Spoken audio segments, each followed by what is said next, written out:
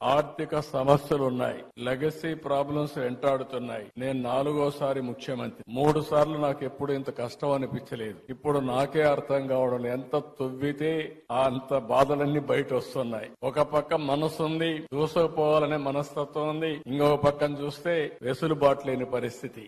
ఓసారి చిన్న చిన్న కష్టాలు వచ్చినప్పుడు 4-5 సార్లు కూర్చుంటే సమస్యకు పరిష్కారం దొరుకుతుందేమో గాని ఈ 6 నెలల నుంచి నేను రాత్రింబగళ్ళు ఆలోచిస్తున్నా, పట్టుదలగా పరిశోధిస్తున్నా, అయినా కూడా ఇప్పటికి కూడా నాకు ఒక దారి దొరకలేదంటే ఎంత డ్యామేజ్ జరిగిందో మీరందరూ గుర్తుపెట్టుకోవాల్సిన అవసరం ఉంది. అయితే కానీ నాకు ఒక బాధ్యత మీరందరూ ఇచ్చారు. ఆ బాధ్యతతో తప్పకుండా ఎట్టి పరిస్థితిలో మళ్లీ పూర్వ వైభవం తీసుకొచ్చే వరకు వదిలిపెట్టనని చెప్పి కూడా మీ అందరికి హామీ ఇస్తున్నా.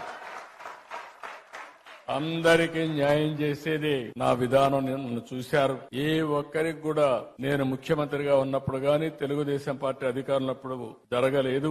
మొన్నే మీరు చూస్తే పాస్టర్స్ కి, ఫాదర్స్ కి ఆ రోజు పెట్టిన ఆండ్రోరియం మా వాళ్ళు ఎన్ని కష్టాలున్నాయన్నా కాదు, ఈ క్రిస్మస్ సందర్భంగా దాన్ని క్లియర్ చేయాలని నేనే సంతకం పెట్టి క్లియర్ చేశానని చెప్పి కూడా నేను మీకు తెలియజేస్తున్నా.